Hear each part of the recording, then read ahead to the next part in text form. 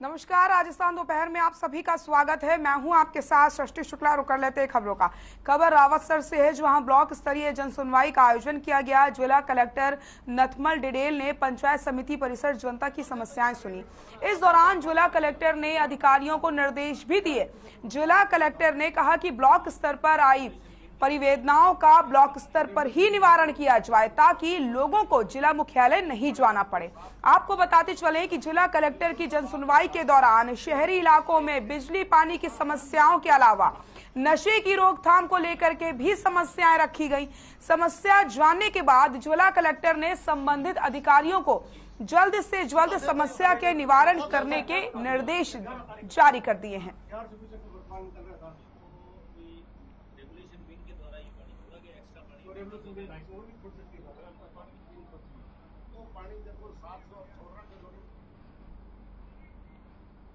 अराई पंचायत समिति में उपखंड स्तरीय जन सुनवाई का आयोजन एसडीएम खेमाराम यादव की अध्यक्षता में आयोजित किया गया। इस दौरान उपखंड अधिकारी ने कहा कि आम जन की समस्याओं का निस्तारण करना सभी की प्राथमिकता है और यहां सभी विभाग के अधिकारी मौजूद हैं, जो संबंधित विभाग के समन्वय से समाधान किया जा रहा है।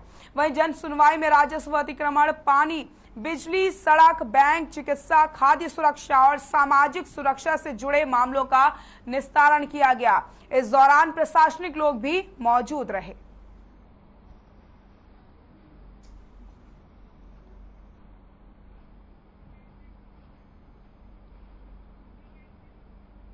सांभर पंचायत समिति में तहसीलदार हरि सिंह राव ने पंचायत समिति परिसर में सावधानी समिति के सदर बैठक का आयोजन किया है। साथ ही मौके पर जन सुनवाई की है। इस दौरान विभिन्न समस्याओं के लिए जनप्रतिनिधियों और आम जन ने आवाज उठाई है। वहीं बैठक में तहसीलदार ने कहा कि संभल योजना, पालनहार योजना, वृद्धा पेंशन योजना, चिरंजीवी योजना उपखंड स्तरीय में 98% कार्य अधिकारियों के मार्फत पूरा हो गया है। साथ ही मौके पर सरपंच नवरत्न कुमावत ने पत्रकार को बताया कि क्षेत्र में 100% कार्य घर घर जाकर के कार्यकर्ताओं के माध्यम से पूरा किया गया।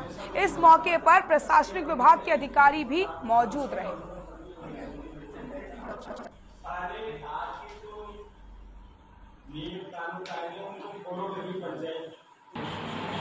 जन सुनवाई का कार्यक्रम रखा गया है, जो प्रत्येक माह के दूसरे गुरुवार को उपखंड स्तर पर रखा जाता है।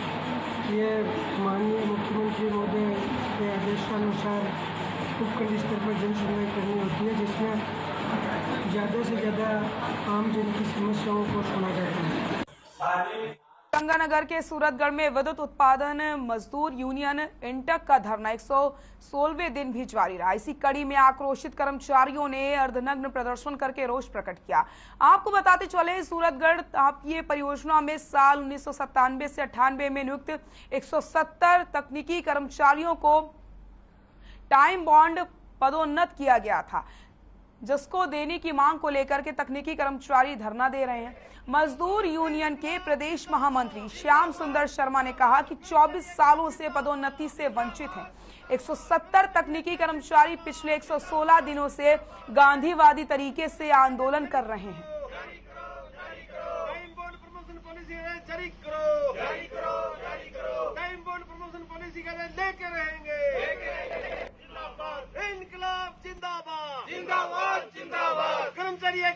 सूरतगढ़ थर्मल के मुख्य द्वार पर हम तकनीकी कर्मचारियों की टाइम बॉन्ड प्रमोशन पॉलिसी की मांग को लेकर पिछले 116 दिन से इंटक संगठन के नेतृत्व में सूरतगढ़ थर्मल के मुख्य द्वार पर बैठे हैं। और इस बात का हमें खेद है कि राजस्थान सरकार के अधिकारियों को बार बार बताने के बाद में भी वो हम लोगों की समस्याओं का समाधान नहीं कर रहे।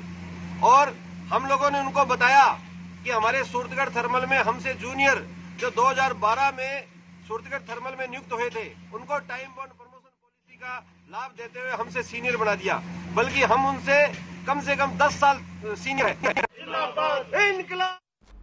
अलवर में गर्मी के साथ पेयजल संकट भी गहराता जा रहा है। शहर से लेकर गांवों में लोगों को पीने का पर्याप्त पानी नहीं मिल पा रहा। वहीं शहर के वार्ड नंबर 24 और 29 में गहराते पेयजल समस्या से परेशान महिला पुरुषों ने जलदाय विभाग कार्यालय मनु मार्ग के अधिकारी कर्मचारियों को दफ्तर में घुसने से रोक दिया। लोगों ने कहा कि कर्मचारी और अधिकारी दफ्तर में तभी जा सकेंगे जब उनकी समस्या का समाधान होगा।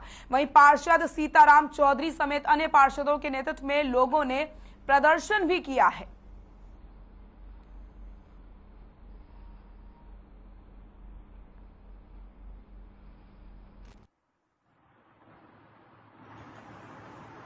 धरना देते हुए तो हमें तीसरा दिन है आज। सुबह 8 बजे के बैठे हुए हैं, शाम को 6 बजे घर जाते हैं। कोई भी अधिकारी कर्मचारी एससी तो अभी तक नहीं आया। 3 दिन हो गए और छुट्टी पे और चला गया, और 4 महीने हो गए बिल्कुल पानी नहीं आ रहा। टैंकर डलवाते हैं, 400 रुपए का टैंकर आता है, कहाँ तक डलवाए कोई गरीब आदमी? तो बिल्कुल एक बूंद पानी नहीं आता। सप्लाई के नाम पर कभी 10 बजे आ रही है, कभी 11 बजे आ रही है। मोटर चला चला के परेशान हो जाते हैं। अब बताओ, नौकरी धंधे पे जाएं या पानी के चक्कर में बैठे रहे? कहाँ तक परेशान रहे हम लोग? हमारी समस्या का टोंक जिले की निवाई तहसील में एसीबी को बड़ी सफलता हाथ लगी। पटवारी जितेंद्र बेरवा को 60,000 रुपए की रिश्वत लेते एसीबी ने रंगे हाथों गिरफ्तार कर लिया। वहीं एसीबी की कार्रवाई की भनक लगते ही नायब तहसीलदार मौके से फरार हो गया। इसके बाद आरोपियों के आवास और अन्य ठिकानों की तलाश की जा रही है। वहीं एसीबी टोंक के अतिरिक्त पुलिस अधीक्षक राजेश आर्य ने बताया कि निवाई का रहने वाले एक किसान ने एसीबी को परिवाद सौंपते हुए कहा कि पटवारी जितेंद्र बैरवा और नायब तहसीलदार ओम प्रकाश सिंह परेशान कर रहे हैं। वहीं सत्यापन करने के बाद एसीबी की टीम ने तहसील कार्यालय से कुछ दूरी पर गाड़ी में बैठ करके रिश्वत लेते हुए आरोपी को गिरफ्तार कर लिया।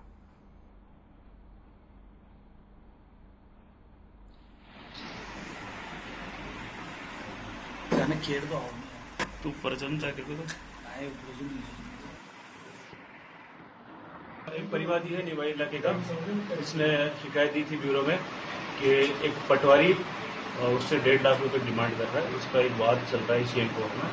इसमें तकाश में उसके पक्ष में करवाने फैसला के लिए वो 1.5 लाख रुपए की डिमांड कर रहा है।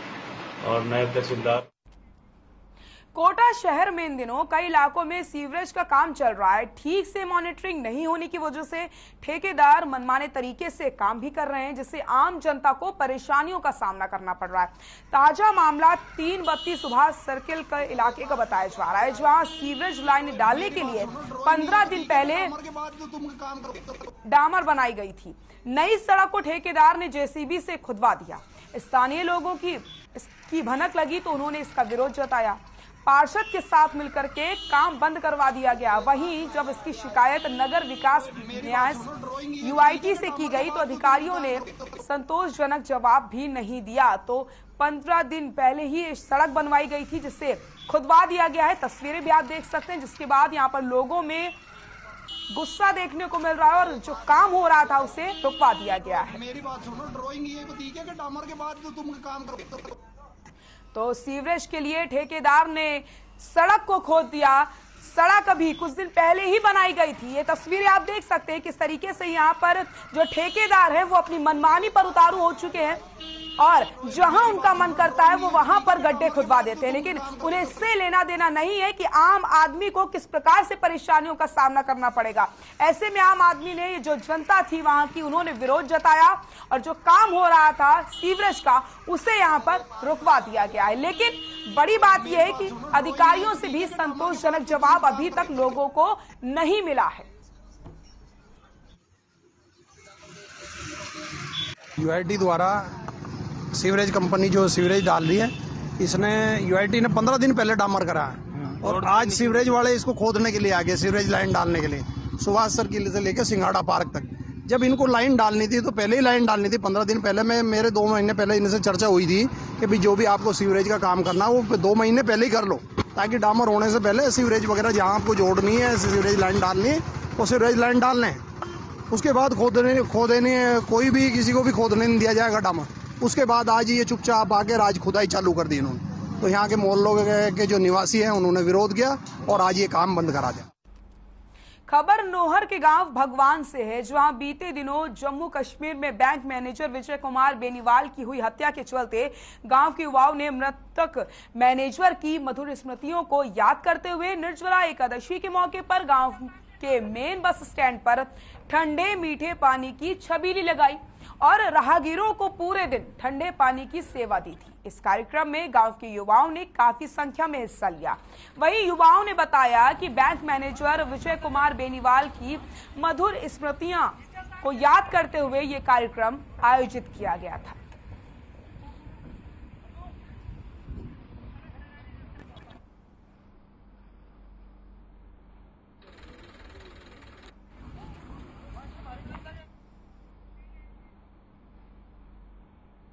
खबर अजमेर से है, जहां एडवोकेट राजेश टंडन उपाध्यक्ष राजस्थान वरिष्ठ नागरिक कल्याण बोर्ड ने वरिष्ठ नागरिकों की मदद के लिए एक हेल्पलाइन नंबर 014526262211 शुरू किया है, जिसका उद्घाटन समारोह आदरणीय छितरमल जी टेपड़ वकील साहब महान समाज सेवी के कर कमलों से कार्यालय में करवाया गया। इस नंबर के जरिए वरिष्ठ नागरिक उनके साथ हो रहे दुर्व्यवहार, अनादर, अन्याय के खिलाफ फोन से सूचित कर सकते हैं। वहीं आपको बता दें, जिससे तुरंत संबंधित अधिकारियों और कर्मचारियों से उनकी सहायता करने का निवेदन किया जाएगा। साथ ही आपको बता दें कि मुख्यमंत्री की भावनाओं के अनुरूप वरिष्ठ नागरिकों को न्याय और आदर, मान सम्मान दिलवाने की कोशिश की जाएगी। वहीं अजमेर को इस संदर्भ में मॉडल बनाने का प्रयास किया जाएगा।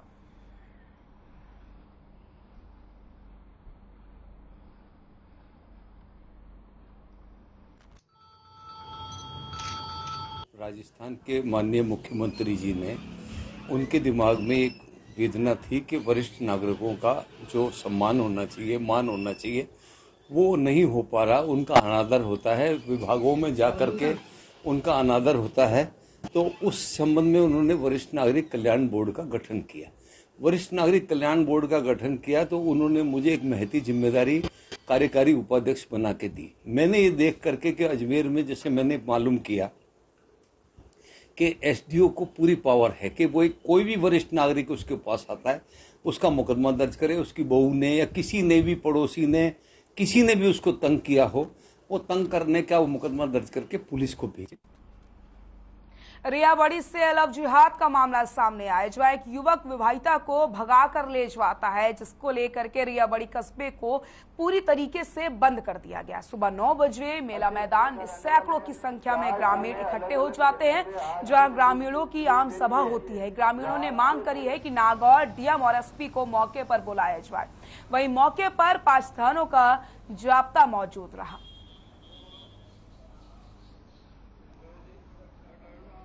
पूरा भरोसा और विश्वास दिलाता हूं कि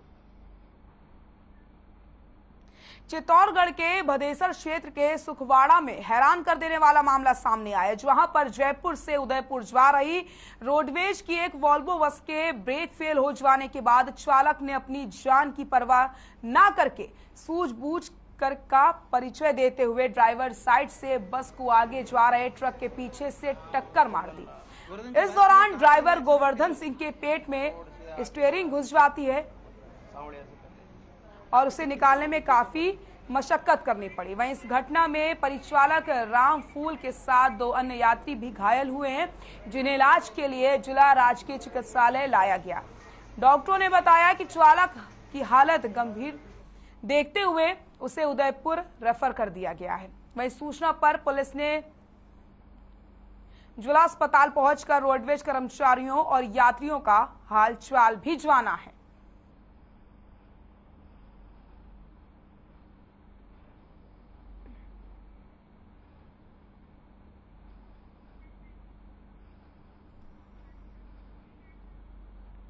टोंक के दूनी में प्रशासन की अनदेखी के चलते एक बड़ा हादसा हो गया। मामला जिले के NH 52 पर घाट थाना क्षेत्र के देवड़ावास के पास का है, जहां धर्म कांटे के पास बजरी से भरे डंपर और स्लीपर बस में जबरदस्त भिड़ंत हो गई, जिसमें 9 लोग घायल हो गए हैं, जिनमें से 3 गंभीर घायलों को जिला अस्पताल से जयपुर के लिए रेफर कर दिया गया। वहीं सूचना पर पहुंचे सीओ ने हादसे की जानकारी ली। हालांकि हाईवे किनारे चल रहे इस धर्म कांटे की वजह से यहाँ हमेशा वाहनों की लंबी कतारें लगी रहती हैं।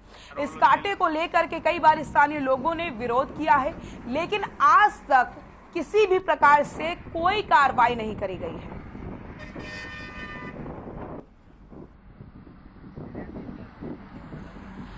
तो डंपर और स्लीपर बस में जबरदस्त भिड़ंत हो जाती है। यहाँ पर प्रशासन की जो लापरवाही है वो उजागर हुई है। कई बार इस धर्म कांटे का विरोध किया गया है, लेकिन उसके बावजूद भी यहाँ पर किसी प्रकार की कोई सुनवाई नहीं हुई है और इस धर्म कांटे की वजह से यहाँ पर आए दिन कोई ना कोई हादसा होता है।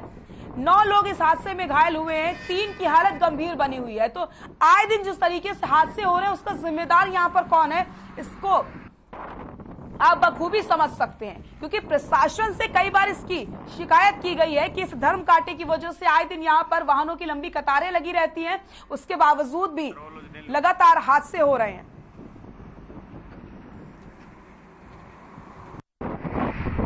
आज सुबह करीब 5:15 बजे एक स्लीपर कोच है जो भोपाल से जयपुर चलती है, वो एक बजरी का डंपर था, उसके पीछे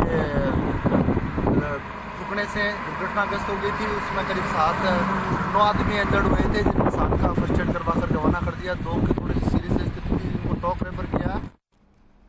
अजमेर में सनसनीखेज मामला सामने आया है, जहां आज दुष्कर्म में एक आरोपी हनुमान मेघवंशी को पॉस्को कोर्ट संख्या 2 ने अहम फैसला सुनाया। कोर्ट ने आरोपी को 20 साल की सजा सुनाई है, साथ ही 56,000 का जुर्माना भी लगा दिया। वहीं कोर्ट ने 30 दस्तावेज और 15 गवाह पेश किए।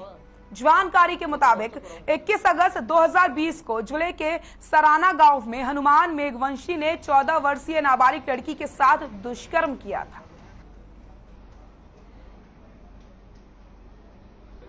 दादा फोटो कराओ, फोटो व्हाट्सएप कराओ। 21 अगस्त 2020 का मामला था, पुलिस थाना सराना का प्रकरण है। इसमें पीड़िता जो 14 वर्षीय पीड़िता बालिका थी, जिसको बहला फुसला कर एक हनुमान मेघवंशी नाम का लड़का वो ले गया था और उसके ले जाने के बाद उसके साथ दुष्कर्म किया, जिसमें फिर सराना थाना वालों ने मुकदमा दर्ज किया। आरोपी हनुमान के विरुद्ध चार्जशीट पेश करी, जिस पर आज पॉक्सो संख्या 2 ने एक अहम फैसला सुनाया।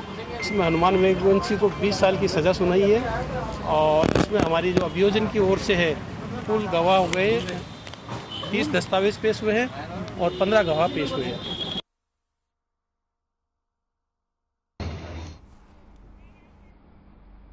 करौली में पुलिस अधीक्षक शैलेंद्र सिंह इंदौलिया, अतिरिक्त पुलिस अधीक्षक कृष्णचंद और डीएसपी फूलचंद मीणा के सुपरविजन में वांछित अपराधियों की धरपकड़ के लिए विशेष अभियान चलाया जा रहा है, जिसके तहत बालघाट थाना अधिकारी धर्म सिंह के नेतृत्व में 21 साल से फरार चल रहे स्थानीय वारंटी हनुमान मध्य प्रदेश की सीमा पर खेड़ा कुटी धाम से गिरफ्तार किया गया है।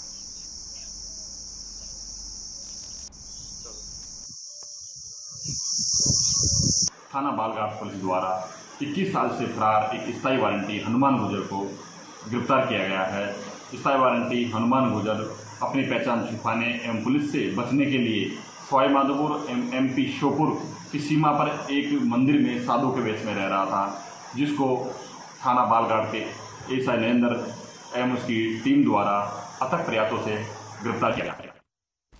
खबर जोधपुर से है, जहां शास्त्री नगर थाना पुलिस ने 4 साल से फरार इनामी बदमाश को गिरफ्तार कर लिया है। पुलिस कमिश्नर की टीम ने 2000 के इनामी आरोपी उमेद सिंह को गिरफ्तार किया। मामले के बारे में बताते हुए शास्त्री नगर थाना पुलिस ने कहा कि 2018 में रवि गहलोत के अपहरण के मामले में 7 आरोपियों को गिरफ्तार किया जा चुका था और इस मामले में 4 साल से फरार और 2000 के इनामी आरोपी थाने के टॉप 10 में शुमार उमेद सिंह को अब गिरफ्तार किया गया है।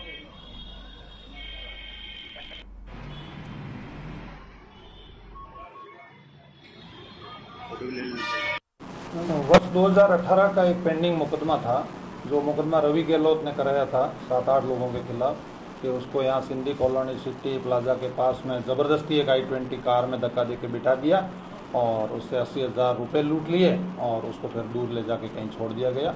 तो इस तरह से एक्सटॉर्शन और अपहरण का थाने पे मुकदमा दर्ज था, जिसमें 7 लोग पूर्व में अरेस्ट हो चुके थे।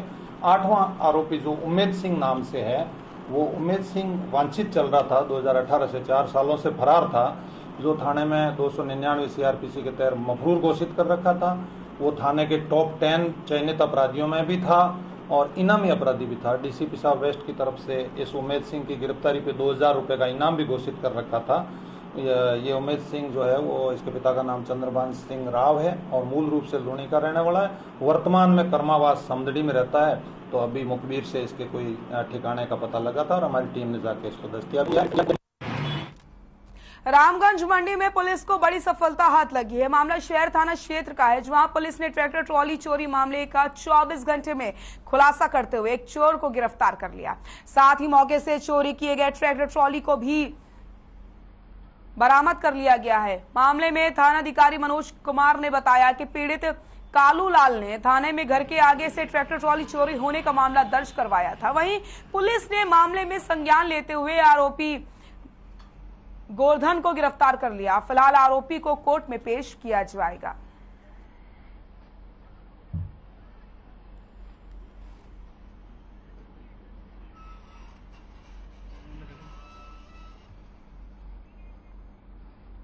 जोधपुर के लूड़ी क्षेत्र के रोहिचा गांव में पत्नी को लेने अपने ससुराल पहुंचे पति की जमकर धुनाई की गई।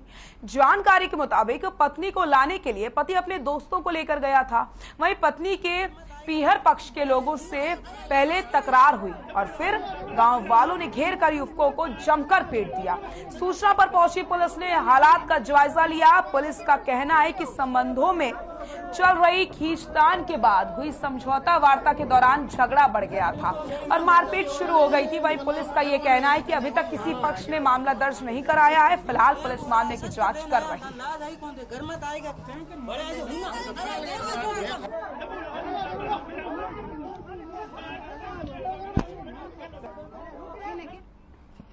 धौलपुर के बाड़ी शहर के कासियापाड़ा मोहल्ले में जमीनी विवाद में दिन दहाड़े गोली चलने का मामला सामने आया, जिसमें एक युवक को गोली लग गई है और उसे बाड़ी अस्पताल ले जाया गया, जहां उसकी गंभीर हालत को देखते हुए जिला अस्पताल रेफर कर दिया गया।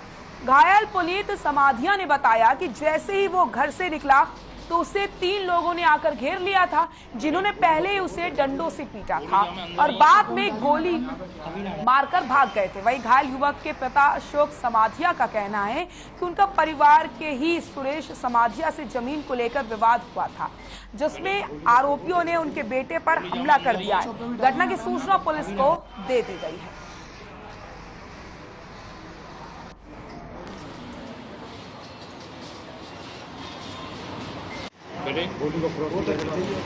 उसने मैं घर पर खड़ा था और अचानक में तीनों वापिस आए और एक ने कहा जाएगा डंडा दे, दूसरे ने हाथ पकड़ ली, तीसरे ने गोली दे दी। सुरेश ने कहा ऊपर डंडा दे और जीतू ने हाथ पकड़ ली, गौरी ने बगल से छुपके गोली दे दी।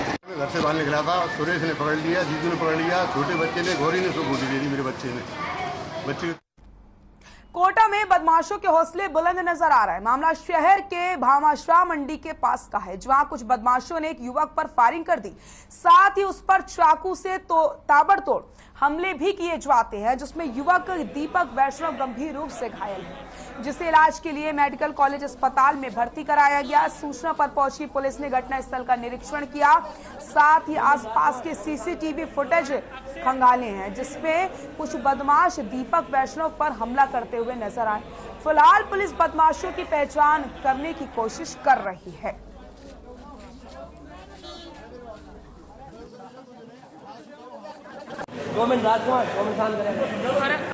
अब वो जैसे वहाँ बैठा हुआ था, 5-7 गुंडे आए, साइड में बुला के ले गए। हमने सोचा दोस्त होंगे, उसके पैर में गोली मार दी। जहाँ तक हम गए वहाँ तो वो सब भाग गए। फिर उसके बाद हम इसको उठा के मेडिकल कॉलेज में भर्ती करा दिया हमने। अब आगे चाकू भी मारे, 2 चाकू और 1 गोली का फायर करके गए पैर में। खबर धौलपुर सेपाऊ के तसीमो गांव से है, जहां एक दिव्यांग युवक ने संदिग्ध परिस्थितियों में फांसी के फंदे से लटक करके अपनी जीवन लीला समाप्त कर ली। आपको बता दें कि कलौरी थाना क्षेत्र की एक महिला के परिवार वाले युवक पर दबाव डाल रहे थे, जिसके चलते युवक ने अवसाद में आकर के आत्महत्या कर ली। परिवार के लोग जब जागे तो हक्के बक्के रह गए। तभी घटना की सूचना थाना पुलिस को दी गई। पुलिस ने मौके पर पहुंचकर शव को कब्जे में लिया और इस शव का पोस्टमार्टम करवा करके शव परिजनों को सौंप दिया है। आपको बता दें कि युवक पर 15 दिन पहले एक महिला को भगाने का आरोप था, जिसके बाद से वो टेंशन में रहने लगा था।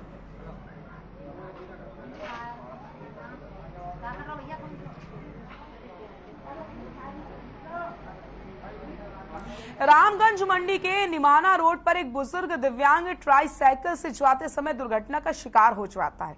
दिव्यांग सड़क के पास बने 5 फीट गड्ढे में गिर गया, जिस दौरान दुर्घटना में दिव्यांग घायल भी हो गया, साथ ही ट्राईसाइकिल भी क्षतिग्रस्त हो गई। वहीं दिव्यांग की आवाज सुनकर के आसपास से गुजर रहे लोगों ने देखा तो ट्राईसाइकिल के साथ बुजुर्ग दिव्यांग को गड्ढे से बाहर निकाला। उसके बाद ग्रामीणों की मदद से उसे अस्पताल भी ले जाया गया।